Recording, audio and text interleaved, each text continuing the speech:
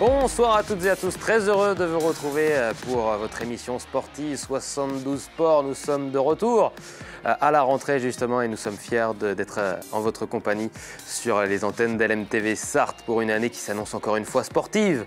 En Sarthe, on commence cette nouvelle saison avec du foot. Dans un instant, on va débriefer les 3 premiers matchs du Mans FC avec malheureusement cette défaite ce vendredi. C'était face à Concarneau. Pour en parler justement, ça sera Bertrand Jean-Jean dans un instant, journaliste au sein du quotidien Ouest France. Dans la deuxième partie de 72 Sport, on fera la carte des sports, les programmes des événements à suivre en Sarthe cette semaine et ce week-end. La troisième partie, on parlera de basket avec Vincent Loriot, le directeur sportif du MSB, le Mans Sarthe Basket, qui a donc joué son tournoi de pré-saison ce week-end à Sablé-sur-Sarthe. On en parlera notamment avec donc Vincent Loriot. Et puis en partie 4, en fin d'émission, je vous emmènerai en immersion dans l'équipe Roadborne Ridden aux 24 heures vélo. C'était les 24 heures vélo ce week-end. Mais d'abord, on parle de football avec les 7 infos. C'est parti. Et on commence donc cette émission par du football avec Bertrand Jean-Jean, journaliste pour le quotidien Ouest France. Bonsoir. Bonsoir. Merci d'être avec nous sur le plateau de 72 Sports sur LMTV Sarthe. Le Mans FC, je le disais en introduction, s'est malheureusement incliné ce vendredi. On va voir les images de cette défaite 1-0. C'était à Concarneau, but d'Amine Boutra dès la 7e minute de jeu, la 6e même. La 6e minute de jeu, le score va en rester là. On va voir justement ce but magnifique, prestation individuelle magnifique d'Amine Boutra qui perce la défense mancelle. Le score voilà, en restera là malheureusement pour les Manceaux. L'addition qui aurait pu être bien plus salée sans un très bon Nicolas Kossic dans les buts. Défaite logique et victoire méritée pour Concarneau. Oui, le score de 1-0, autant contre Dunkerque, le score pouvait paraître sévère. Là, 1-0, c'est bien payé. Ouais. Il y a eu beaucoup d'occasions pour Concarneau.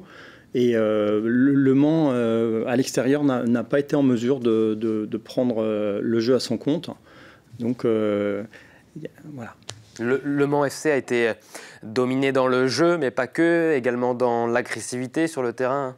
C'est ce que Chris met en avant. Effectivement, c'est au niveau de l'agressivité qu'il situe les lacunes de son équipe. Il y a aussi, sur le premier match à Dunkerque, c'était les défenseurs latéraux. Enfin, il était avec une défense expérimentale.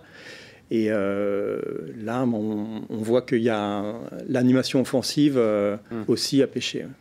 Une défaite qui a refroidi un peu les supporters manceaux, forcément après le festival de buts et la victoire 6-1 la semaine dernière. Enfin, c'était il y a 5 jours puisque ce match se disputait lundi. C'était face à Sedan. Comment on peut l'expliquer ? On pouvait penser que la bonne formule avait été trouvée avec cette rencontre, cette super victoire face à Sedan. Et en fait, on s'aperçoit qu'il y a encore du travail pour trouver de la cohésion et confirmer ce bon résultat. Le Mans FC qui a des qualités, on l'a vu dans ce match, avec ce match parfait ou presque. On va peut-être revoir les images, des qualités individuelles notamment, doublé pour Gnandouillet, doublé pour El Koumisti, la nouvelle recrue, et un super match du jeune Makan Aiko. Il y a du potentiel dans cette équipe. On l'avait vu aussi dans la première mi-temps contre Chartres, le dernier match amical. Ouais.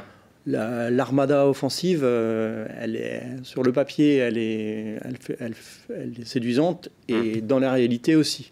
C'est vrai que les arguments offensifs du Mans sont indéniables. On est d'accord, quand on regarde l'effectif pour cette saison 2022-2023 de ce championnat national, le Mans FC a les cartes pour jouer le haut du tableau et jouer la montée. Le club s'est renforcé sur toutes les lignes et a priori l'effectif peut permettre de viser cet objectif. Mais on le sait, le championnat national est très très disputé. Il y a beaucoup d'équipes dans le même paquet au niveau de performance. Et il va falloir émerger. Mais malheureusement, le Mans FC est d'ores et déjà irrégulier puisque le premier match du championnat s'est soldé par une défaite pour les 100 et or. On va voir justement les images de cette ouverture de championnat et cette ouverture du score donc pour Dunkerque avec ce match qui s'est malheureusement soldé pour les joueurs de Chris par une lourde défaite 3-0. Le Mans commence par une irrégularité en 3 matchs. Oui. Et c'est vrai que le 3-0 pour commencer, ça fait mal. Et il y a eu la très belle réaction derrière. Faudrait pouvoir aller, si on ne peut pas gagner à l'extérieur, au moins aller chercher le nul. Déjà, ça serait bien pour ne pas laisser filer les autres équipes. Évidemment. Une victoire et 2 défaites en 3 matchs. Chris attend forcément mieux de ses joueurs et les supporters attendent mieux des joueurs, mais aussi de Chris. Oui, il y a une attente, effectivement. C'est l'entraîneur et ce qu'il propose avec ses joueurs qui est jugé. Mais bon, là, il faut sans doute laisser travailler le groupe. Il y a eu beaucoup d'arrivées et la cohésion, elle peut se faire sur la durée. Il faut être confiant, je pense. Un peu de patience donc pour les 100 et or. Le Mans FC qui est donc 12e, premier non relégable puisqu'on le rappelle, on va revoir le classement. On le rappelle, cette saison, il y aura 6 descentes et 2 montées seulement pour 18 clubs dans ce championnat de national. C'est ce qu'on appelle l'année de tous les dangers en national. Hein. Ah oui, là, il y a... Franchement, c'est un peu la roulette russe. Il ne faut pas partir dans une spirale négative. Et puis, pour monter, il n'y a que 2 places. Il n'y a pas de barragiste cette année. La 3e place n'est pas synonyme de barrage avec le 18e de Ligue 2, malheureusement, cette année, dans la réforme des championnats amateurs. Et puis, le passage d'une Ligue 2 à 18 clubs. Voilà pour la partie football. Un dernier mot de ballon rond en National 3 pour vous signaler les très bon début de nos 2 équipes sartoises avec la réserve du Mans FC qui est leader de National 3 après son succès et Sablé qui est 3e suite à sa victoire 2-0 face à la réserve de Laval. Des victoires qui annoncent, on l'espère, une bien belle saison pour nos 2 clubs sartois, le Mans FC et Sablé. On parle de cyclisme à présent avec les 24 heures vélo et ce sont les Néerlandais de Scorpion Racing qui s'impose une nouvelle fois sur le circuit Bugatti. 2e victoire consécutive pour cette équipe avec un doublé en plus cette année pour le Scorpions Racing. La 3e place est revenue au team Socopa. La 4e place au pied du podium, c'est les Français du team S1 Neo. On écoute justement les vainqueurs néerlandais. C'est passé très bien, hein. Donc nous avons fait un bon départ avec notre 2 équipes. Nous avons resté ensemble toute la course. Nous avons pris un tour sur notre concurrent. Donc le concurrent le plus fort, c'était Socopa et Cineo et c'était très bien. Nous avons adapté un petit peu parce que Socopa avait attaqué et nous avons réagi sur ça et après ça nous avons pris un tour, donc c'était passé très bien. L'année dernière, nous sommes 1er et 3e et j'étais dans l'équipe qui était 3e et c'est super de gagner cette année. Très bien, on est très contents. Nous sommes tombés face à de sacrés Hollandais. C'était une belle course, on a fait tout ce qu'on pouvait et nous sommes très satisfaits. On a essayé de faire le maximum hier soir, on a réussi à leur prendre 45 secondes, 1 minute grand maximum et puis après qu'on s'est rentré cette nuit, ils ont fait parler leur expérience et leur talent. Et après, une fois que nous avons pris un tour, la course a été faite. Ils sont très forts, ils ont l'expérience pour. Eux, ils font toute l'année, ils font que ça, que des 24 heures, donc ils savent y faire. On verra. En prenant un peu d'expérience, peut-être qu'on finira peut-être par aller les chercher. D'autres grandes performances ont également été réalisées du côté du circuit Bugatti ce week-end, comme le record de kilomètres parcourus dans la catégorie duo femmes, avec 900 bornes avalées à 2 en 24 heures. Bravo au team LU Nantes Cycling qu'on écoute. C'était long et dur, mais on était venus pour battre le record, donc c'était l'objectif et on a réussi à le battre, donc c'est une grande satisfaction. On a plus ou moins géré les relais, on a fait avec la forme de chacune sur chacun des relais, et on avait aussi une équipe qui était là juste pour nous aider, et une équipe qui était à fond derrière nous, donc sans eux ça n'aurait pas été possible, donc on les remercie. Ouais, ça fait vraiment plaisir, on est vraiment contentes, et puis de faire ça ensemble, c'est vraiment génial. On reviendra peut-être en équipe de 6, mais pas en duo. Maintenant qu'on a gagné en duo, c'est bon, on n'a plus besoin de venir pour ça. Les 24 heures vélo, ce sont des cyclistes expérimentés et puis des cyclistes pour qui c'est la première fois sur un circuit ou des personnes qui découvrent ce sport. C'est le cas notamment pour Leila Hurto, karatéka de très haut niveau, championne du monde chez les Espoirs.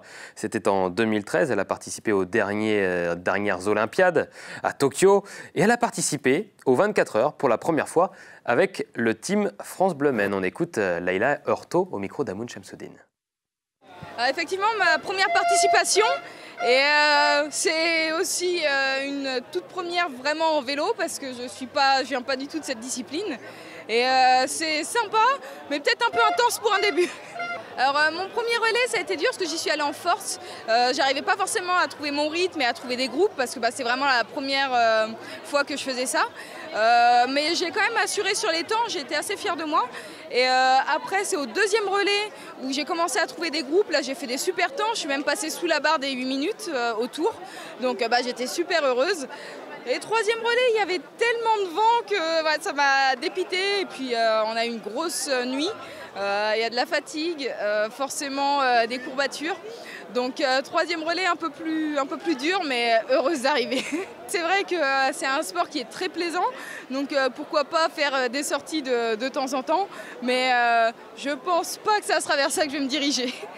Voilà, bravo à Leila Hurto qui est parvenue à terminer ses 24 heures vélo avec son équipe du Team France Bleu Maine. En fin d'émission, vous restez avec nous si vous aimez le vélo, évidemment, parce qu'on vous fera vivre de l'intérieur ces 24 heures vélo avec des images embarquées, vous verrez. Mais avant cela, on prend évidemment la réaction de Romain Ganal, l'organisateur de ces 24 heures vélo, avec Amoun Chamsoudine qui lui a donc tendu le micro après cette 13e édition. Un organisateur satisfait, une météo idéale pour pratiquer le vélo, pas trop chaud, pas trop de vent, des participants au rendez-vous, le public également. Franchement, on a passé, je pense, tous et tous un excellent moment et je vous donne rendez-vous en 2023. La date sera confirmée très bientôt. Tout s'est bien passé, victoire, je dirais, hollandaise cette année encore. Et donc, c'est un défi lancé aux Français pour venir aller chercher le trophée pour l'année prochaine. On était tous heureux de se retrouver en 2021, certes avec quelques contraintes, il y avait peut-être encore quelques crispations. Et cette année, on a senti plus de détente. C'était magique. Je tire mon chapeau au public, aux participants qui ont été à l'écoute des consignes des arbitres. Ça s'est fait dans la joie et la bonne humeur. Beaucoup plus de détente, du bonheur à refaire l'année prochaine.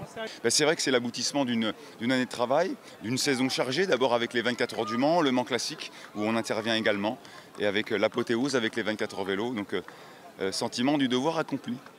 Voilà pour cette page 24 heures vélo. On vous donne rendez-vous en fin d'émission si vous voulez encore parler des 24 heures vélo avec nous, avec cette immersion, avec des images assez incroyables, notamment les images embarquées que j'ai pu placer en dessous de mon guidon, vous le verrez. Un mot de padel avant de terminer cette première partie d'émission avec le premier tournoi international de padel fauteuil organisé en France les 27 et 28 août, donc ce week-end au tout nouveau complexe Urban Village au Mans, près du circuit des 24 heures. Un bel événement pour promouvoir le handisport, mais également pour les personnes à mobilité réduite, avec la participation de joueurs français, dont certains font partie des meilleurs joueurs au monde. C'est le cas du Sartois Frédéric Cataneo, 16e joueur mondial qu'on écoute. C'est similaire au tennis, mais c'est quand même différent.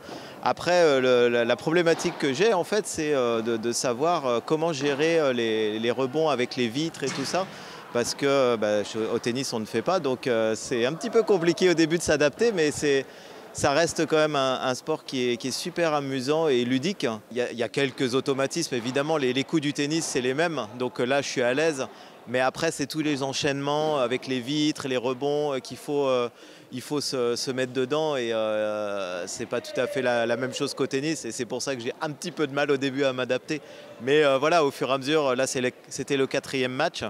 Il y a des choses que je ne faisais pas encore ce matin. Donc ça progresse petit à petit, mais il faudrait pratiquer régulièrement. On se retrouve tout de suite pour la deuxième partie de 72 Sports avec la carte des sports. A tout de suite.